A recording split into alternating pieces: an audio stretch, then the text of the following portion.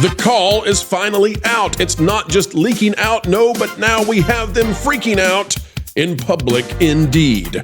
Today we will show you how the Holly Weirds, the true believers in wokeism, they're furious at their own studios because they're bending the knee to Orange Man, not so bad after all. Folks, it's out there. We'll show it to you. You won't believe the fury, the anger, the rage from Hollywood.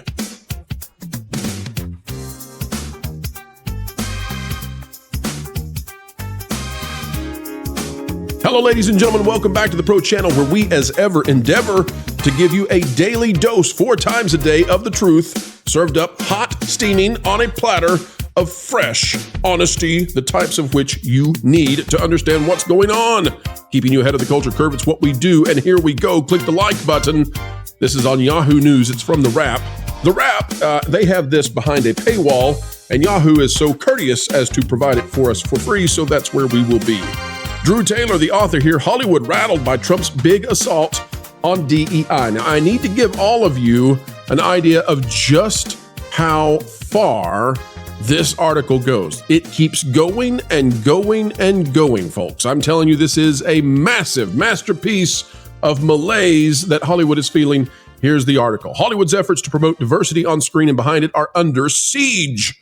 1 month into the Trump administration, with Disney publicly scaling back its DEI efforts and Comcast facing an FCC investigation over its policies seeking to promote inclusion. Now, you can add CBS to that list as well. You can also remember, folks, that as we've been detailing in our most recent videos, the entire entertainment and journalism enterprise is under a full-blown assault for their existence because Elon Musk and Doge insist on finding out about how the money was flowing from apparently the government to these companies and keeping them afloat. If you ever wondered how and why do these low readership, low intelligence rags continue to rag on day after day, giving us misinformation, well, it seems that the government may have been subsidizing the suck of the drive-by journalists.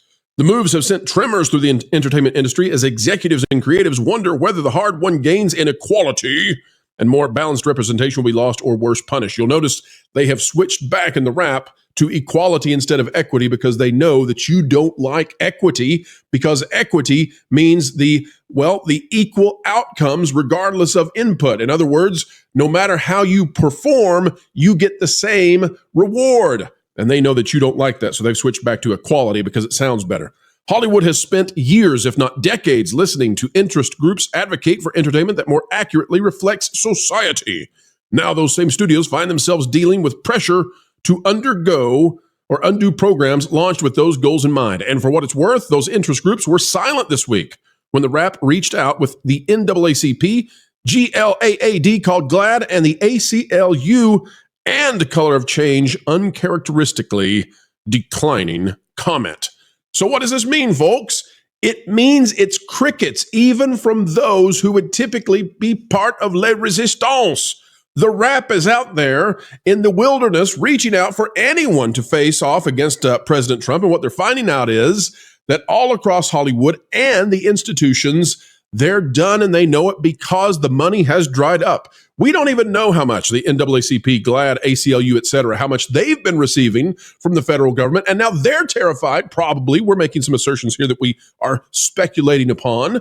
But the likelihood that they also have been receiving massive amounts of federal monies, your money, taxpayer money, and are keen to try to keep receiving it on the backside of whatever happens with Doge. That's what's going on. That's why they're silent, and that's why the Wrap is rapping about trying to find anybody who will come out and say nay to what's happening. How will the studios manifest this change? Will they shift storylines, phase out gay characters in youth-oriented fare, recast the plot lines of Pixar movies which lean heavily on inclusion, hide Halle Bailey as the Little Mermaid on Disney+? Oh, it is an apocalypse, they say. When in reality, folks, here's what's happening. The reality is that no longer can companies, and this includes Hollywood, no longer can they have quotas for your immutable differences. And when I say immutable differences, let me define that for you. When you were born, you came into this world with certain biological facts. I know some of those things have as of recently been up in question, but you were born with certain biological facts. You can't change them. They're not meritorious. They were given to you. They were part of the start, and they are part of you, but they don't define you necessarily, at least not holistically. But according to these companies that wanted to have quotas for who they would hire for their camera people, their grips, their audio people, who would be building the sets, who would be finding the costuming and all that, they wanted those things like the color of your skin, the locations of your ancestors, your biology, and beyond that too, even things like your preferences in the bedroom. They wanted those things to be what defined you to such a degree that they hired or said goodbye to you at that interview. That was it, because quotas. Now, quotas are something in terms of like your race that we have historically, at least in our better times, known are evil. They're just flat out wrong. The idea that you could go and be told no simply because of the color of your skin, that's just terrible. But for the past many years, we've gone in that direction. Hollywood has. All in the name of empathy. But in fact, what it has been is malignant empathy, right? It's a metastasized version. In other words, you can take something that's good and you can stretch it outside and beyond the parameters of what is good, and it will go into places that you simply do not want it to go into being.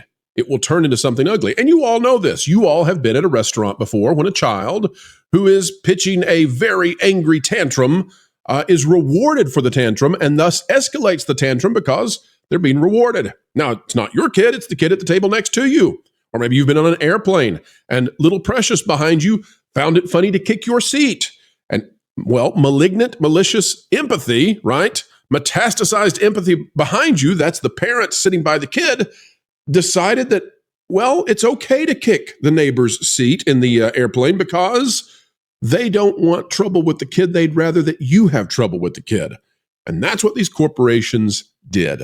They decided that as long as the government money was flowing, they were happy in knowing that they could put out a quota and do something that we have always known as a human race and society is probably a very bad idea. And that is to make determinations about people simply based on the color of their skin or on their biology.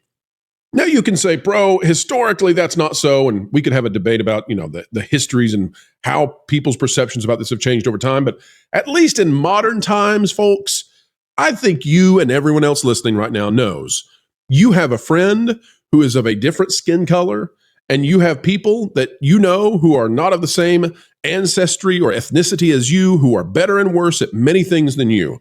And I have a feeling that it would be a very, very small percentage of people who would decide a neurosurgeon, should they have a very serious brain situation, that they would decide the neurosurgeon simply based on their ethnicity. No. When it comes to whether or not you live or die, you don't want DEI. You want a doctor who's the best, and you don't care who it might be in terms of their gender, their sex, their background. You want the best because you want to live.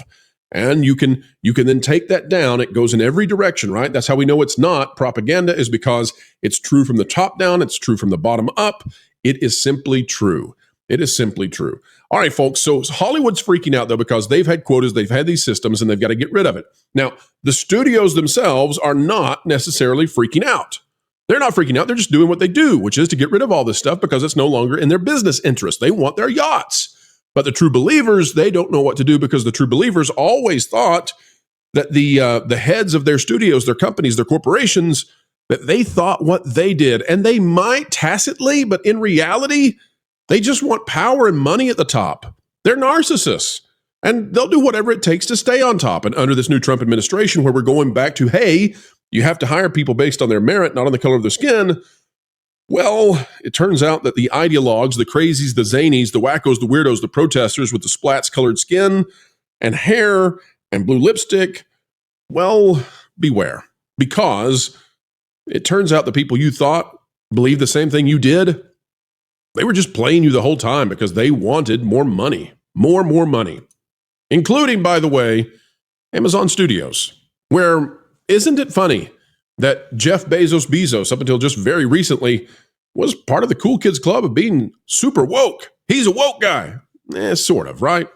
No, even Amazon Studios now is joining Disney. This is just breaking yesterday. It says Amazon Studios, it's out of the Hollywood Reporter by Winston Cho. Amazon Studios quietly steps back from diversity goals amid Trump DEI crackdown. The move aligns with a broader retreat from diversity programs amid legal exposure as the new administration aims to eliminate DEI mandates across the private sector. Now, folks, we'll put this up on the screen so you can read it. I'm not going to go into it deeply, but I will say this.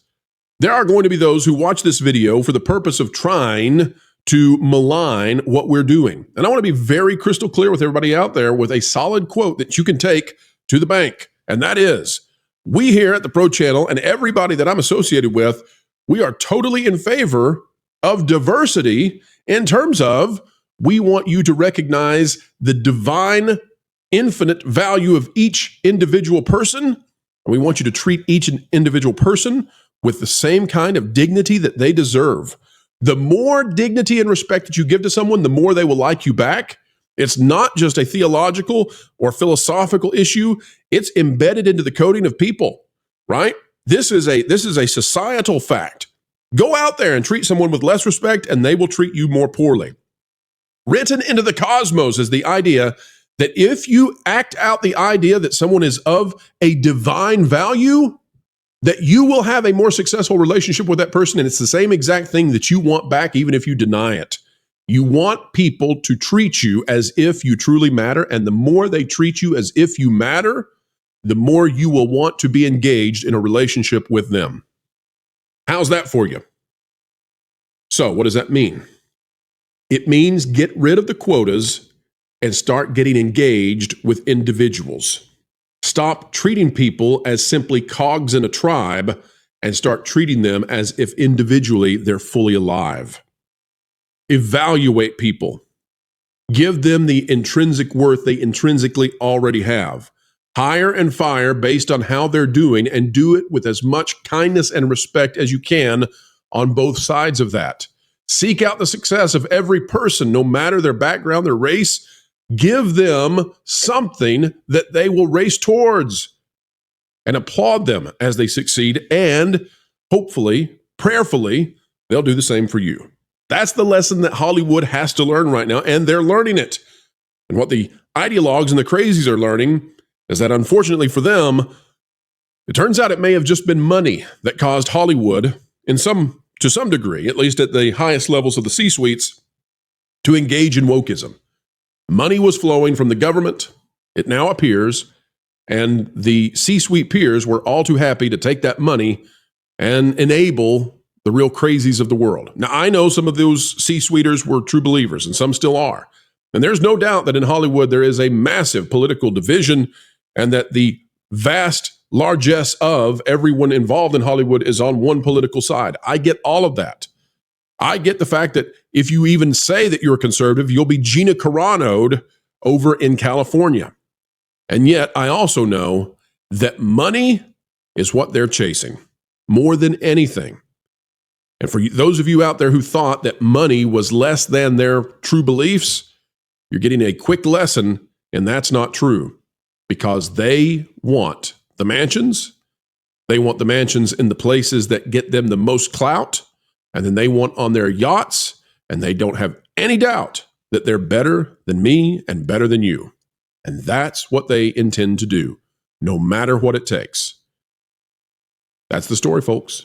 Hollywood is bending the knee. Because when power comes around, Hollywood will do anything they can to make sure they still have the nicest house in town. All right, folks, that is the video for the day. They're calling it out. They're declaring it. They're shouting through the streets. And it's so interesting to watch the rap and these other outlets now. The rap, nobody will talk to us. Nobody will join in our crusade to stop Orange Man Bad this time. It's like, yeah, well, that's what happens when actual real life power is used and money is there, and suddenly they don't want to stand up anymore. They want the easy way to have easy money as fast and free as they can get it. Folks, all we ask from you is that you click the like button, share, subscribe, click it, stick it to the algorithms. It is the notification bell. Drop a comment down below. Let us know your thoughts and share with me what you thought about the monologue regarding the value of people and how you treat them. I'd love to know what your thoughts are on that. Folks, also, have a wonderful Valentine's Day. Hope that you spend it with someone you love, and we hope that you have someone who loves you right back. If you're in a situation right now where you don't feel that way, where you're not in a place where you have a companion of some sort and you're longing for one, remember it can get better. Keep working on you, and hopefully someone will find you and love you true. All right, until the next time, keep learning, keep growing, and keep having fun.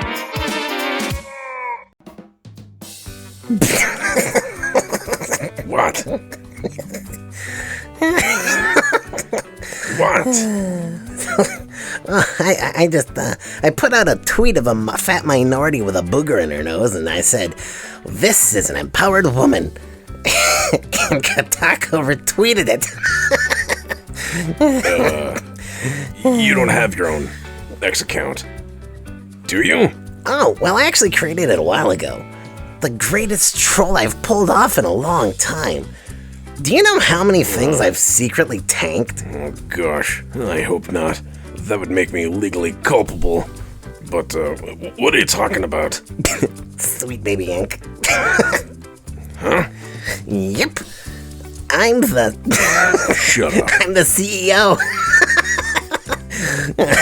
Yeah, no, seriously, look, this is my profile picture.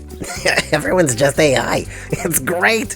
I'm so excited to gaslight everyone and see what they're gonna like next because they think it's socially obligated. Wait, so you're... No way, you're Yep. the CEO of Sweet Baby Inc.? Maybe. But first, you should see the jewelry company I created. We're gonna get sued. Oh. It's gonna be good.